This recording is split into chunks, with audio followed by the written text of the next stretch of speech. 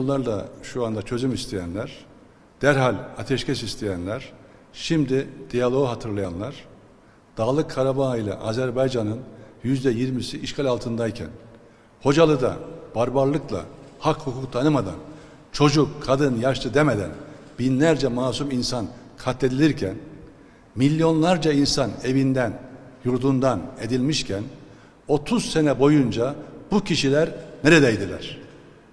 Türkiye, Azerbaycan arasındaki münasebet iki devlet, tek millet münasebetidir. Bunu herkes böyle bilmelidir. Daima kederde ve kıvançta bir ve beraberiz.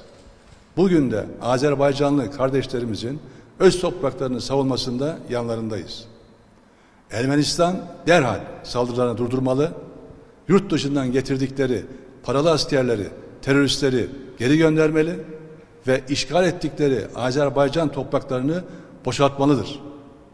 Böylece ateşkesin, barışın, istikrarın önü açılmalıdır. Temennimiz budur.